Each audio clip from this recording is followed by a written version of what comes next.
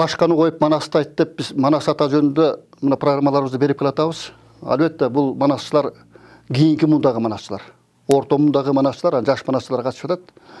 Эми биздин убагында мезгилдерде доорунда мына биздин улуу манасчылар өткөн. Сагынбай Орозбаков деген, мына Саякбек Каралаев деген, Чоң Жомокчу Чоеке деген, Азиз ата деген болгон ошол убактарда. Шабай ата, Каба ата дегендер манасчылар. Анан кийин андай манасчылардын баарын эми санай берсе көп экен. Бул Ак Суу районунан эле 30дан ашык манасчылар бар экен. Чыккан. Анан эми айтайын дегеним мен бул Үсүккөл алтын бешиги деп айтылат да, манасчылар мекени деп айтылат. Мына айтканда, анда чындыгында бекерден болбосо керек деп айтам да, ойлойм да. Ана ошондой эле мына өнөр дүйнөсүн аркалап келаткан мына сиздер. Бүгүнкү күндө дагы мынакей комузчулар деле, бизден ырчылар деле кур калбаптыр дегенде Үсүккөлдөн, мынакей Ыбырай Тумаров атабыз, Залкар комузчу, Карамолдо Орозов деген аталарыбыз. Мына обончулар болсо Канымгүл Досманбетова өзүңүздөр нежекеңиздер билесиздер. Аксубай Атабаев деген, Ним деген Залкарлар эле, Эке Мукамбетов дегендер. Мына ушуларды айта берсек, эми көп убак сөз. Эми сөздү токотер жерден баштайлы. Мынакей кымбат. Мына сенин атаң кыргыз эл артысы. Шабай Азизов деп Залкар манасчы катарында бардык элдер билет. Атпай кыргыз атпай жочулугу жакшы билет дегендей. Мына сен түбүнөн эле ошо манасчылардын урпагынасың. Ана сен де ошо өнөр дүйнөсүн аркалап келатасың да, неге? Деги эле ушул чыгармачылыкка келиш. Атанын тарбиясы дегенде үй бүлөнүн жана башка маселелер. Ушул жөнүндө токтоло кетсең. Жакшы болот. Ошо алгач сиздерге баягы ыраазычылык билдирип кетейин. Ошо бар болуңуздар, башканы коюп Манасты айт деп бекерден айткан эмес. Илгери ошо аталарыбыз, сиз айткан, өтүп кеткен аталарыбыздын баары ошо Манас эпосунан айтканда адамды оорудан айыктырып ошо рухун тазалачу экен да. Туура. Анан байымтын ошо телевизордон, телевидениеден ошо областтык көрсөтүүнү көрүп атып, мен сиздерге бир чети ыраазы болдум да, ошо туура иш-чара, туура саамалык ташташкан экен депчи. Анткени биз эң биринчи Манасыбызды даңктап, баркташыбыз керек. Негизи эле кыргыз эли дарыган эл экен десек, мен жаңышпайм да. Анткени ушундай жаратылышы бар. Анан ошондой өнөрү адамдары бар. Суусу эмне деген, абасы, анан ошонун баарына тазим кылсак туура болот болуш керек. Мына жогоруда деле айтып атышпайбы, биз мына ойлончубак келди депчи. Чындыгында жалпы эле дүйнө жүзүндө адамзат ойлонгонго туура келип калды да. Анткени баягы көр турмуш, көрө кат деп жүрүп, нукуралуулукту унутуп калып бараткандайбыз. Анан ошондо дагы кыргыз элине бир өзгөчө энчи кылып ошо Манас атабыздын жүрүшүн бизге берген ошо биз бактылуу эл экенбиз демекмин да. Анан өзүңүз айтып кеттиңиз, бул жогоруда айтылган манасчыларды кимдер гана тааныбайт? Туура. Анын ичинде ошо менин өзүмдүн атам жөнүндө токтоло кетсем, бул кишилер муундан муун өткөн династиялуу манасчылардын тукумуна кирет да. Мен бактылуумун ошол адамдын кызы болуп калганыма. Туура. Анткени ошо булар эч кандай жасалмасыз, же болбосо жаттама жок. Аянды берип бирине бири ошентип өткөрүп берген да, мурас кылып. Аяндан келген, барнады. Аян бүт аяндан келген. Анан Чойке атабыз ошо өмүр бою өмүрүнүн баарын ошо Манас атабызга арнаптыр десем туура болот да. Анткени 12 жашында айтып отурат Манасты. Манас эпосун. Анан ошо баатырынын жүрүшүн дагы өркүнө өтүш үчүн таласта жашайт. Ал жерден анан Кытайдан ушундай бир эл аралап жүрүп, жер которуп, жер которуп улам ошо баатырынын жүрүштөрүн эме кылган экен да, таратып, өзүнүн билгенин ошо элиме билгизейин, жеткирейин деп, ошону менен катар ошо элдин рухун, духун тазалаган экен да. Анын иниси Азиз чоң атам да ошо чоң манасчы, анан аябай көрөгөч, куучу деп айтсак болот. Ошол кезде шайтандарды көзүнө көрүнүп, аялдарды кар басканда айыктырып ушундай адам экен да, касиеттүү. Анан ошо менин атам төрөлгөндө бир 3 айлык баладай болуп төрөлгөн го дейм да. Анткени өзүмдүн энеме жеңелери айтыптыр да, ошо аябай чоң төрөлүп, бирок көзү көрбөй, баягы топтоголоп болуп бир карындын ичинде жаткандай төрөлгөн деп айтса, мен ойлойм, азыркы тил менен айтканда ошо тону менен түшкөн го дейм да. Жумурдун ичинде түшкөн деп айтышат экен да. Көзү көрбөптүр 3 жашына чейин ак чыйылга басып турчу экен, эки карайын. Анан 3 жашында ошол ак чел акырын Россиец деп баягы кечирип калайм, орусча ошо тарай баштап, анан ошо баса баштайт. Басканда ошо өзүнүн аарукчан, оорукчан болуп калыптыр да. Ошол кезде бүт баарын сезген касиеттүү Азиз атабыз да ошону сезбептир да, балам аарупсу бар, ауру болуп калды, аарукчан болуп калды, оорукчан болуп калды деп жүрсө, анан баягы 6 жашында бирдемелерди айтып, бырдап талаада жүрүп ушинтип экен да. Өзүнчө эле жатып калып, анын атасы билбейт.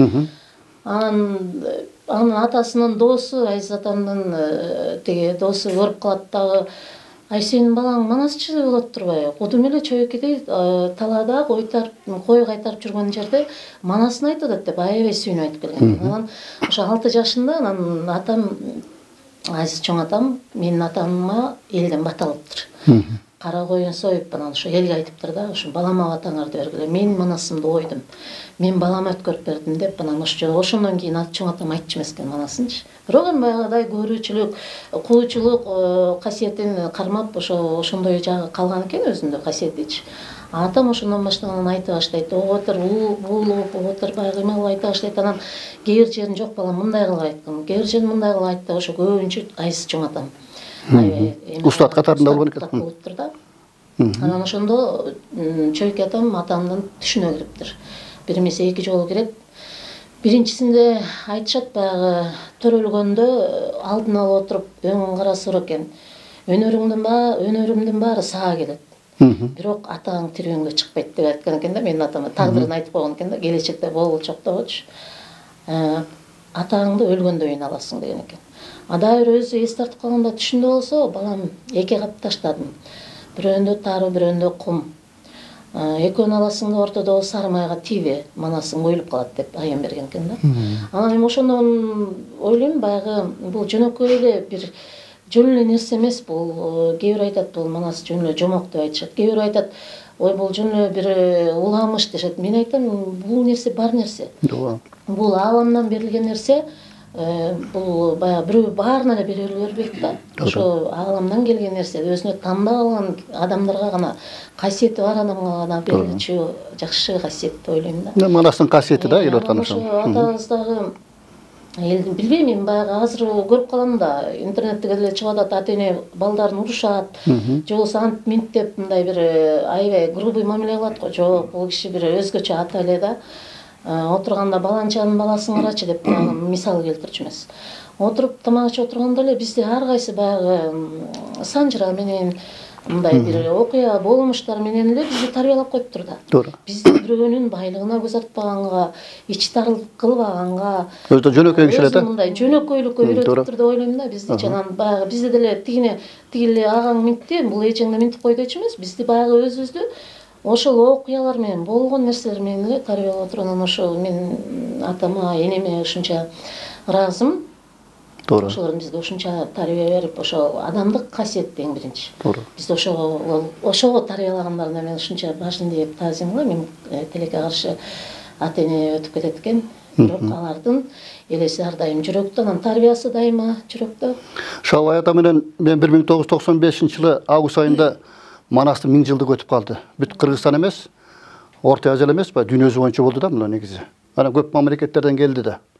Казакстандын президенти келди, Тажикстан, Өзбекстан дегендей бардык ар кайсы мамлекеттерден. Мына ошол мезгилдерде Шабай ата Кыргыз эл артисти деген наамды алды. Каба Атабеков алды ошол мезгилдерде. Эми чындыгында канча деген жашка келип алды булар. Канча деген эмгек өтөп келип, бирок кеч алды да булар. Кеч алып качты. Бирок кеч болсо дагы Шабай атаны ошо чогуу жүрдүм. Ошо Манастын 1000 жылдык ошол убактарда бир 10 күнгө жакын өткөн эле. Бишкек айылында жогору жактагы. Анан ошондой таласта. Анан ошондо чогуу жүргөндө байкачу элем да, бул киши жөнөкөй.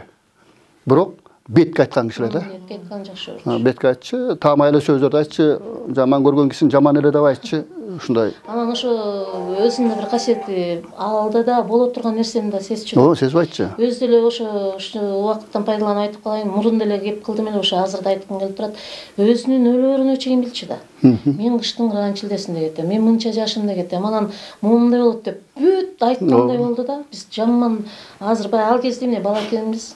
Бааны бергенбиз, туура. Бирок ойлонуп отурсаң бүт чын айтчу экен да. Бүт боло турган нерсени деле баягы Таланталы Бакчиевди айтып калат, ошо Атам бир жолу экөөбүз сүйлөшүп отурсак эле түн ичинде кечке жооп бир жылдызды көрүп эле атаңыз Райын тигил баягы узун куйрук дагы чыккан турбайбы деп жылдызды айтыпчы. Эми бул жерге бизге бир коогалаң алып келбесе экен деп. Ошондо аябай тынчсызданды дейт. Анан ошондо баягы Баткенде бир коогалаң болуп кетти го. 99-жылы. 99-жылы. Анан ошону айтат да, бул атамдын көрөгөчтүгү да бар болчу деп. Туура.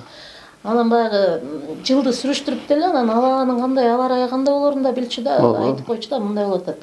Бүгүн мындай болот атат, жел бияктан келип атат депчи. Ошондой касиеттери бар болчу. Туура. Улуу кичиге дагы бирдей адам эле да. Тамашакөй эле. Жакшы көргөн адамын өтө жакшы көрчү ал киши. Экөөбүз чогуу дала жүрүп калдык. Далай радиого ушул убактарда үндөрүн жазып калдым ал кишинин. Чогуу жүрүп, кеңешип. Бул шаардан ушул убакта ал убакта техникалар да азыркыдай жүргөн эмес. Ошо перестройка болуп кайра куруу мезгилинде шаардан ошол үйгө чейин айылга чейин барып келе, жөө барып келчү эле да. Анан барып келген учурлар болгон ошол мезгилде. Эми атабызды эскерип калдык эми. Мына эми айтып атпаймынбы, сен эми Манас жолу болсоң дагы атаң жолун улап, бирок өнөр дүйнөсүн аркалап келатасың. Кырчылык өнөрүң жогору да сенин. Анан кымбатта кайсы ырды аткап берсем дейсиң азыр. Мен ошо өзүм кенедей бала кезимде ошо мугалим болсомбу дечимин да. Анткени энем мугалим да. 35 жыл мугалимдик кесипти аркалап анан мыкты адамдарды чоңойтты да, тарбия берди десем, профессор, доцент бар, окуучулардын бар. Анан ошо баягы тагдыр кайсы жака бурса, ошол жака кетет экен. Анан өнөр дүйнөсүнө келип калып эле ошентип аралашып ушул күнгө чейин жүрөбүз. Анан баягы Атаңдын да бир сөзү бар, мен бузуп коеюн. Бир жолу айткан, ушул кымбат деген кызыңыз ырч болуп жүрөт го. Шабай ата десем айтып атпайбы? Ай, ал атасынын көрү дейт. Мен канча айттым дейт ушу кызыма. Ай, башка эле кызмат таппайсың, башка кызматка өтпөйсүңбү? Ал киши өзү да артист болгон да, филармонияда иштеген. Туурабы? Анан мен өзүм филармонияда иштедим эле деп. Мен да артист болгом дейт. Эми сен да артист болосуңбу деп кыз балага жарашпайт деп далай айттым эле. Такыр көнбөгөйдө эле айдам кеткендей бир жылдар өткөндөн кийин, мезгил өткөндөн кийин анан тим койдум дейт. Болор болду эми тим эле койдум. Анткени башында ошо жакшы эле айтты да. Ушул көз алдымда турат да азыркы чейин. Атанын сөзү ок да. Катуу айтпайт. Бирок деген айтты, балам бул чыгармачылык жолу аябай катаал болот депчи. Туура. Катаал болот, буга чыдаган адам чыдайт. Сен түз жүрүшүң керек. Сен ошо түз жүрсөң да өдүлдүй сөздөр болот. Ошо чыдашың керек. Анан дарак бир жерден көгөрөт деген да. Анан аябай ошо бир атамдын сөзү бир жүрөгүмө мөөр болуп калган го дейм.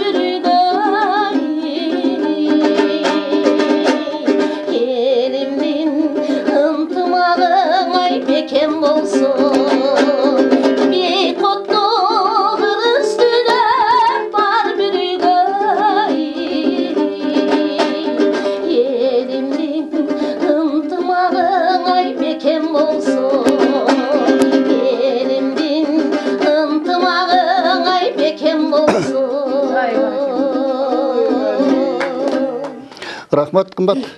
Мана жанымызда мынакей Жипара Отурбаева, Қожакеева, Төкмө акын, элибизге белгилүү дегендей. Мына ошол төкмө акындарды дагы эскерип кетишибиз керек. Көз өтүп кеткендер да бар биякта, анан эми көзү түрүлөр да бар да биякта. Мына Эсенбек Кийизбаев деген бизде жүрөт төкмө акын болуп. Жипара сен өзүндө коштуурдап бересиң дегенде кээ бир жерлерде, аны төкпөлөгөнөлөрдү аркалап келатасың. Анан дегеле ошол мезгилдерде мен эстесем, ушул экөөңдү көргөн сайын эле Майра Керим кызы деген көз алдыма тартылат да.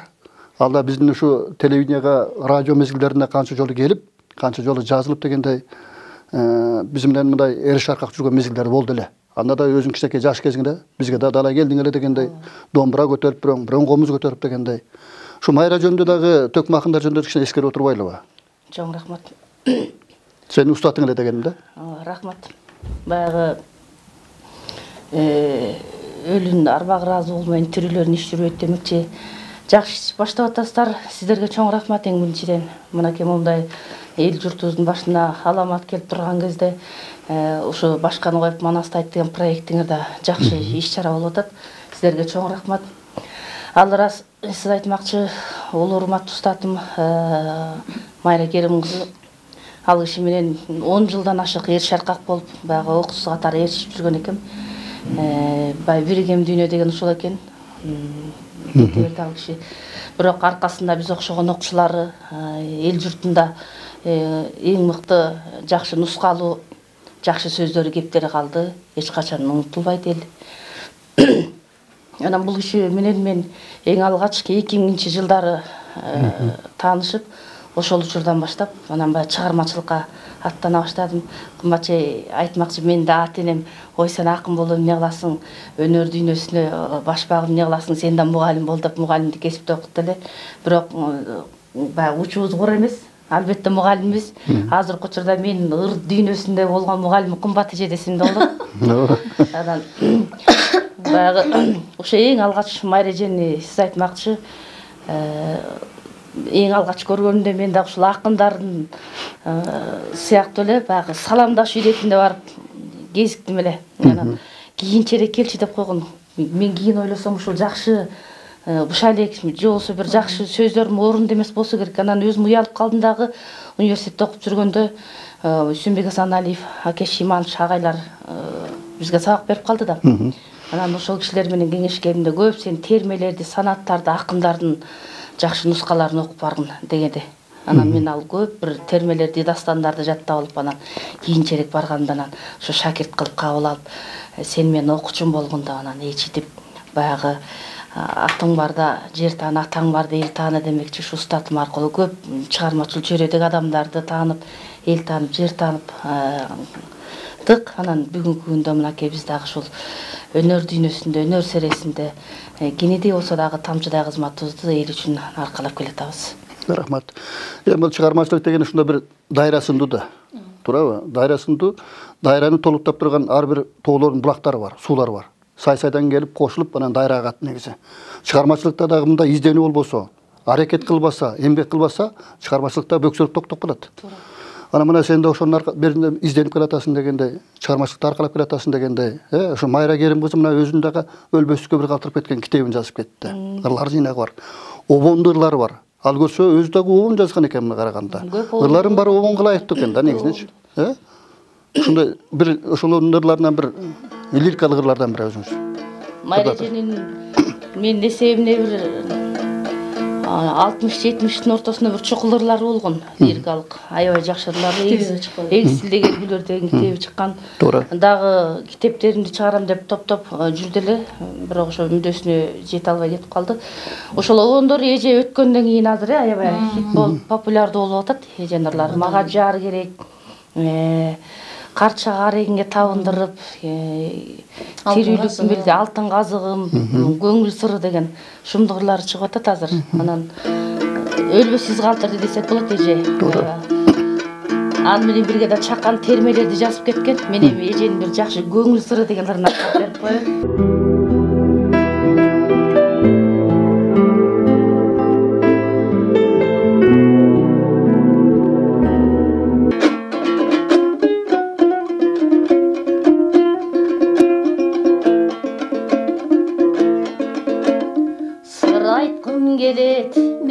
саған сүрдейміндегі қаншаға сырымды ұғып алған соң ей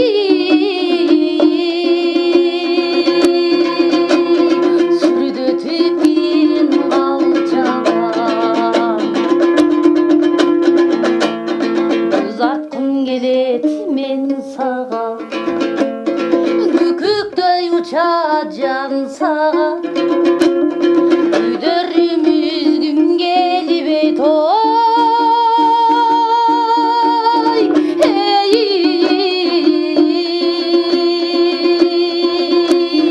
бүтүдүн сен да чарчабаң түгілбейм қарек талса да түйшікті қантем сарсана ұйқым тыныш бір ұғда ей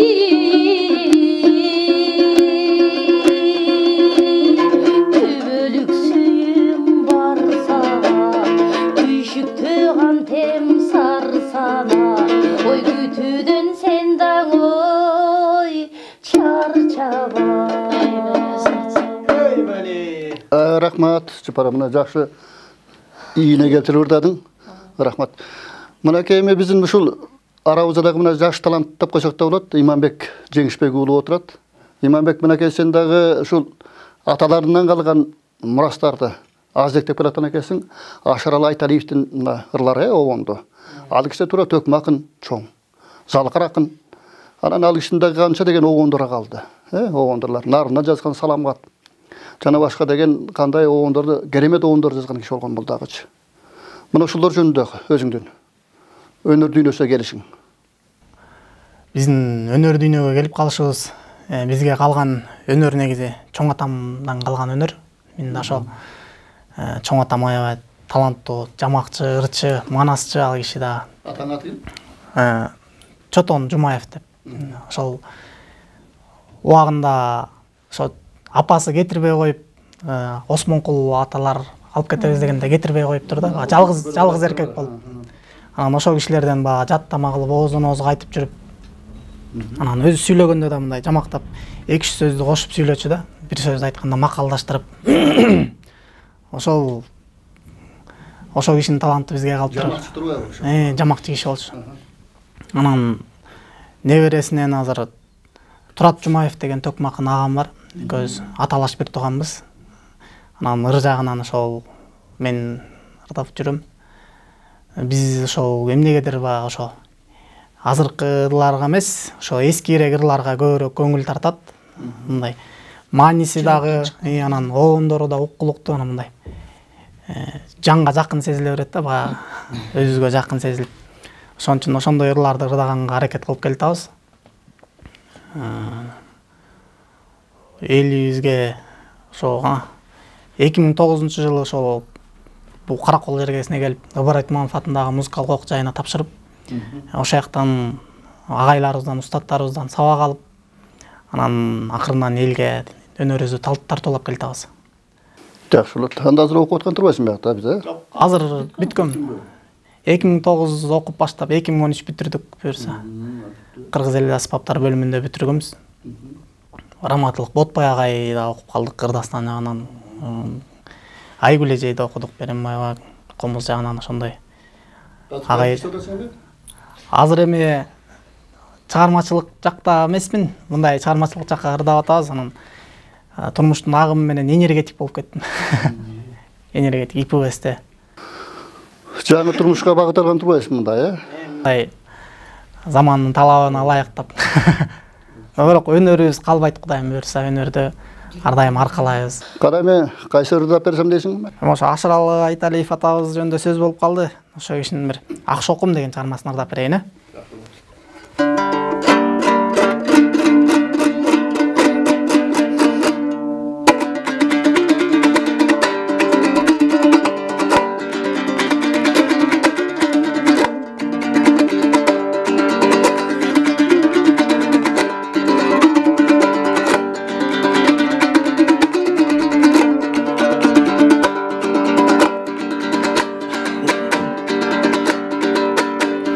Ötöbüy uykudan eçenin gayrasın uyudun geçemen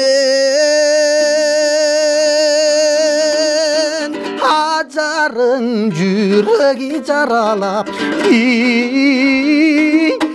Akşokumay sende va sezemin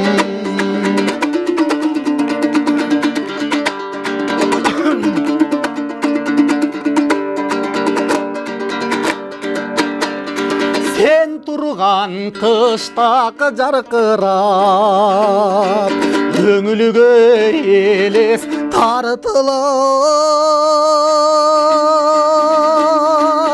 Ezbesең болоңи жүрөктү Эзелкидан өчүңи барчылап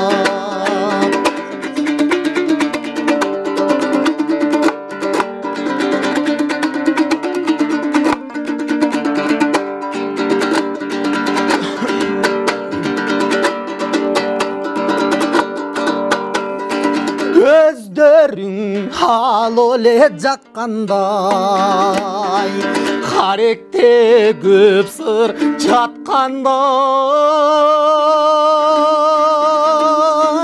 Tasirin mınçane sükündü Çaylo donay hatkani aktanday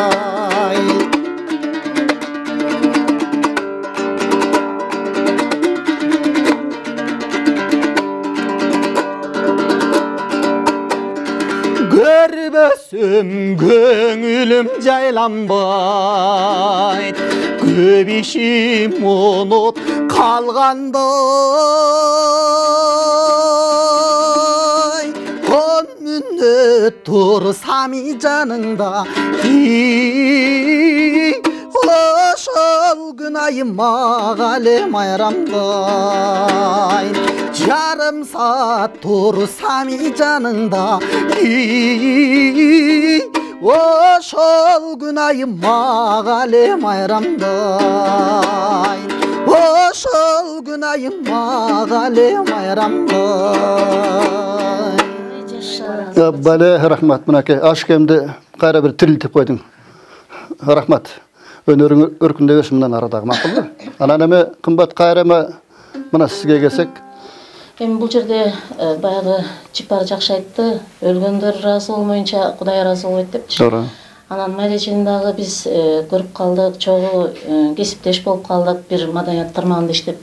Ошол кезде биз дагы ошо чогуу жүрүп, анын ырларына, анын төкмөлөрүнө күбө болуп, ал киши ошо төгүп атканда ушундай жүрөктү толкутуп ыйлап да жиберген күндөрүбүз болгон. Анан тамаша көп эле аябай. Бир нерсени бетке айткан жагы бар эле.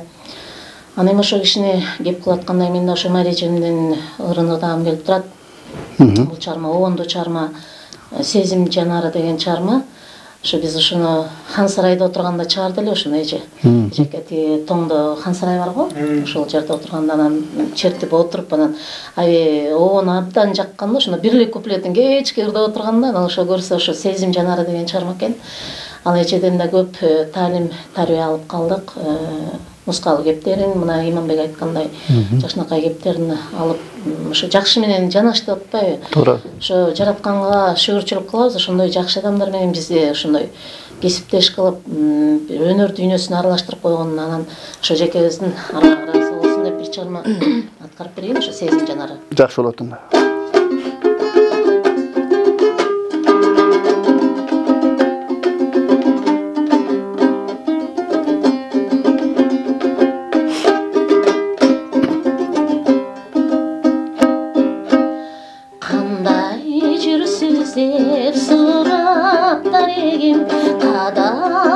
Düştün ottoy garigin Bir kapar jürsün birip kettin mi Bağı alını dep suydan egin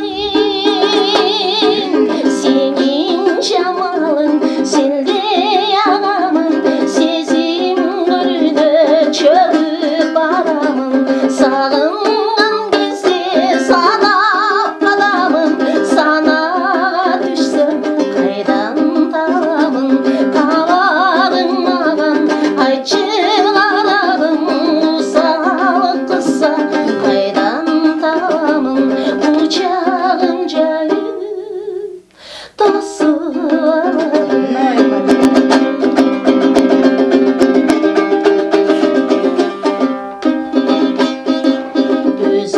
Өзіңді кейде көрем түшімді, тоноқ сырларым тоноп içimde.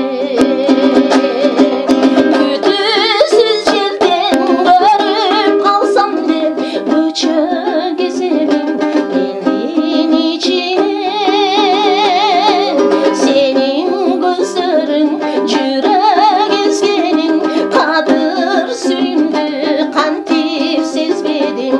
Seni tamam деп dünya gezgenin, appak tağlardan albay gözlerin. Sağınçımdı gel tarqat tez menin, gereği de çok senden özgönün. Özüңдү күтүп жүргөн кездерим.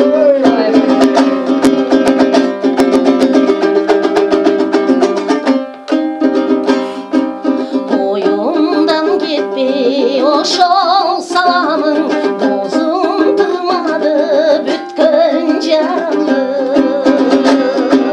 Жар кеткен нурдан жалтаңа түштүм, жанымды тербеп сенин жамалың.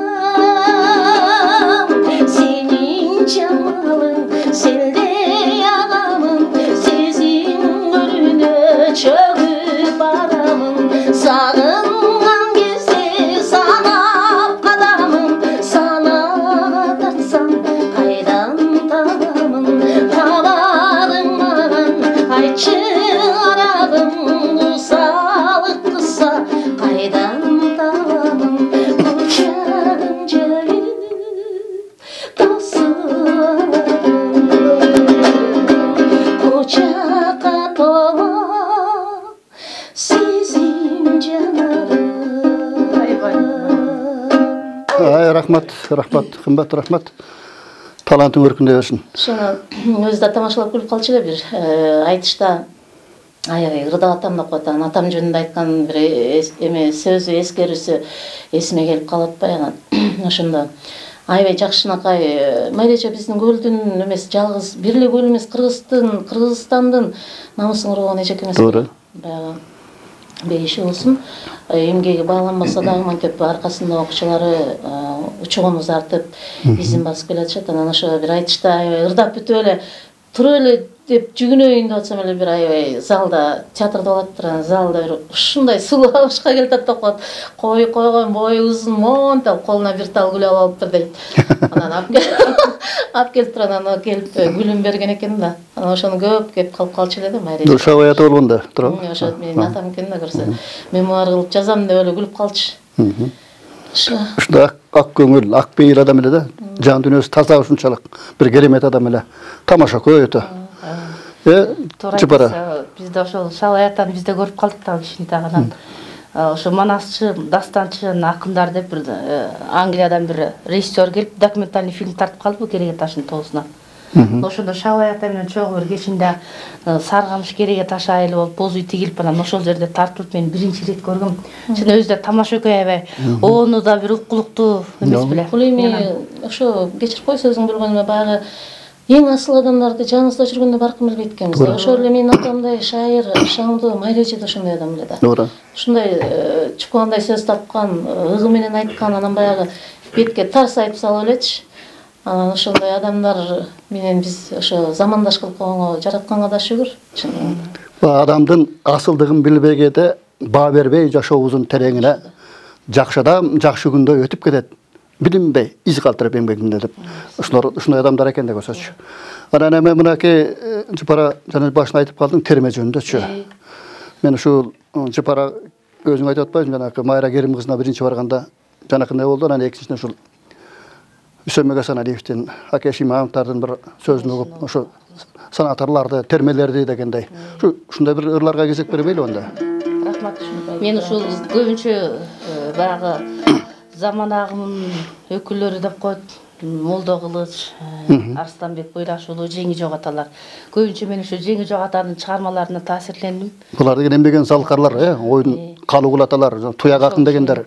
Балам жок, көк сулуу деген дастандарын менен аябай таасирленип чоңойгонбуз. Себеби биз окууну бүтүп аткан кезде эң алгачкы 91-жылы чоң айтыш болуп, ошондо Жолболду Алыбаев балам жокту көк сулууну аткарып чыккан.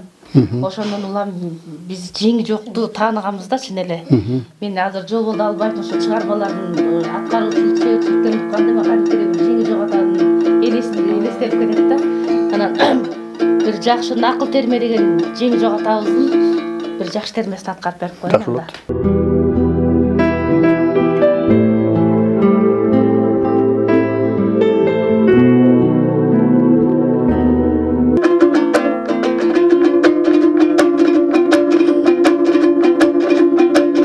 Алтатаң өткөн жергеден калган бир көңүл ой чыккан жан кайрылып кайта келбеген алака кылсаң ач көзгөң алганын кайра бербеген күлүктөр чуркай төр менен көкөктөр сайрай түн менен аялдын көркүң эр менен дыйкандын көркү жер менен алтындан комузду айтам айчылык жерден сыр айтам күмүштөн комузду айтам күнчүлүк жерден сыр айтам ашууга салсаң дөп таштайт арык бир аттын чоурун асманда учуп туркулдай тала бир канат соору адамзат пенденин ошоңар кандай болот эй жоругум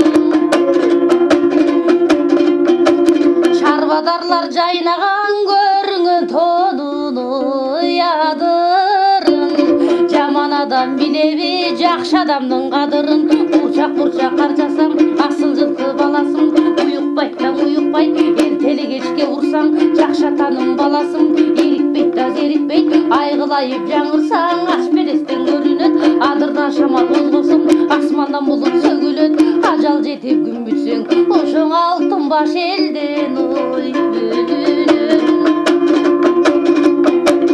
күн жарыгы тийгендей күлгөнү кызыгей баланын көйкөлүп өссөң эгинче көркө экенегин таланын сыйлашпай кетсең жат болот сыр билге жакын адамың умтулсаң жакшы жүрөгөң узарат жаштар кадамың кыялым толкуп ырдасам кызыгын сөзүн табамын ырдалың барда жигиттер кыйын бир ишке жарагын жабыркатып саргайтат жакшысы болбойт жаланың күлүктөр чуркайт түргүбөй күн менен күндө келгидей аргымак чуркайт түргүбөй ай менен айда тийгидей эрдик кылсаң бир сонун ошоң эл эскерип ой жүргүдөй жакшы конок ток болот жаман бир жүрөгөй жок болот ойлоп ойлоп отурсаң октон күдүк ой болот шаттанып ырдап отурсаң шайырдын көркү той болот суюкая басып керилген сулуунун көркү бой болот байлыктын чоңу ден соолук баарынан кесел кор болот жүрө жүрө жакшы аттын жүрүшү чыгат тургулуп көңүлүңдү көтөрөт ошо көк бөрү тартсаң эй ойдолуп көңүлүңдү көтөрөт ошо көк бөрү тартсаң эй ойдолуп Ай, рахмат, Чапара, рахмат, мынакей. Эми Иманбекте мынакей өзүнүн инибизде. Туурабы, эми башка кесипте жүрсө дагы, бирок ушул өнөр дүйнөсүндө жакын экендигин көрүнүп турат. Себеби өзү ошол окуу жайын бүткөн. Мынакей ошол чыгармачыл адамдар менен алака түзүп, мына өзү дагы мына үзөң күрөш жүргөнү мен да сыймыктанып турам.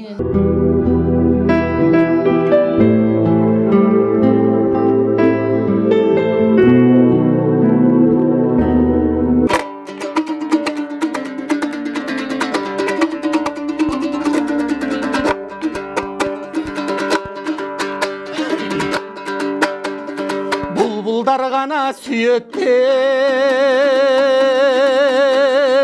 күлдөрдү Буңайым гана добош эндөрдү Урала басып дой сырдашкан мындай мұң качкан жыргал Күндөрдүң ай, күндөрдүң эй, күндөрдүң ай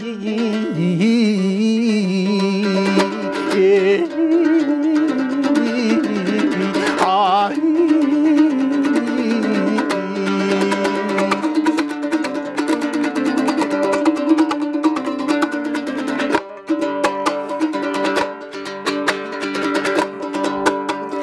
Жаштыкты канагандай ойлойсуз Sen gurbum jaşlı sarıday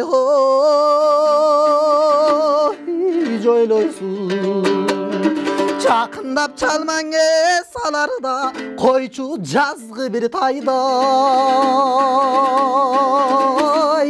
Oyun oyusun ay, oyun oyusun ey, oyun oyusun ay.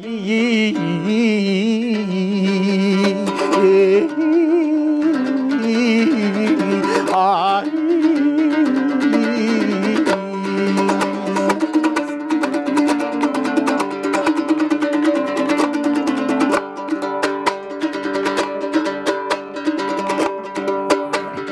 Oynup bir gana gülgün o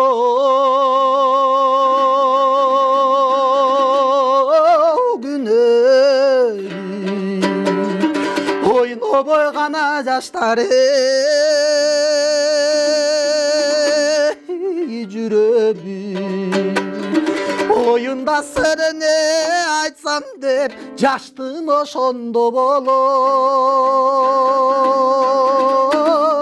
Dilegin ay, dilegin o, dilegin ay.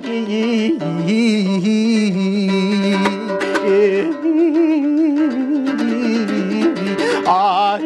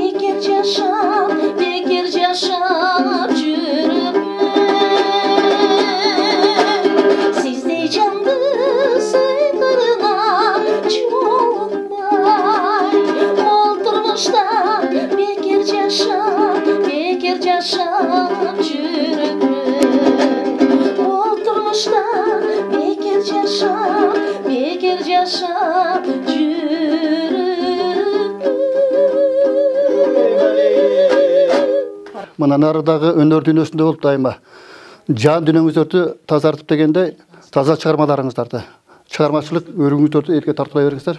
Шығармашылық ет қылып сіздерге. Рахмат сіздерге. Билимдикте болса барын жеңеміз.